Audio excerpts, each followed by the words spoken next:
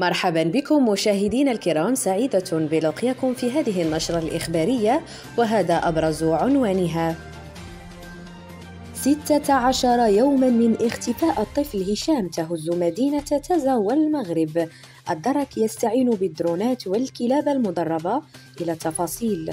قصة أخرى من مسلسل اختفاء الأطفال تهز مدينة تازا ومعها المغاربة ضحيتها الطفل هشام بدوار غلا بالجماعة الترابية بشفاعة ضواحي واد أمليل التابعة ترابيا لإقليم تازا.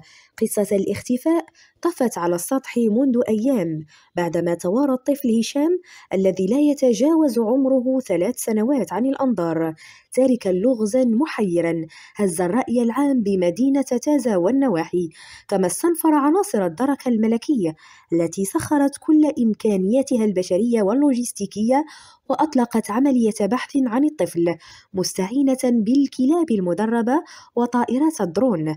مصادر مطلعة قالت أن عائلة الطفل قامت بإحضار الدرك الملكي والسلطات المحلية فور التأكد من اختفائه بعد محاولات عديدة للبحث عنه في الجوار دون أي نتيجة، حيث تباشر مصالح الدرك الملكي إلى حدود هذه الساعة حملات تمشيطية واسعة بهدف الكشف عن تفاصيل يمكنها فك خيوط القضية التي تنضاف لقصص مأساوية لاختفاء أطفال بالمملكة المغربية. شكرا جزيلا لكم على حسن المتابعة، إلى اللقاء.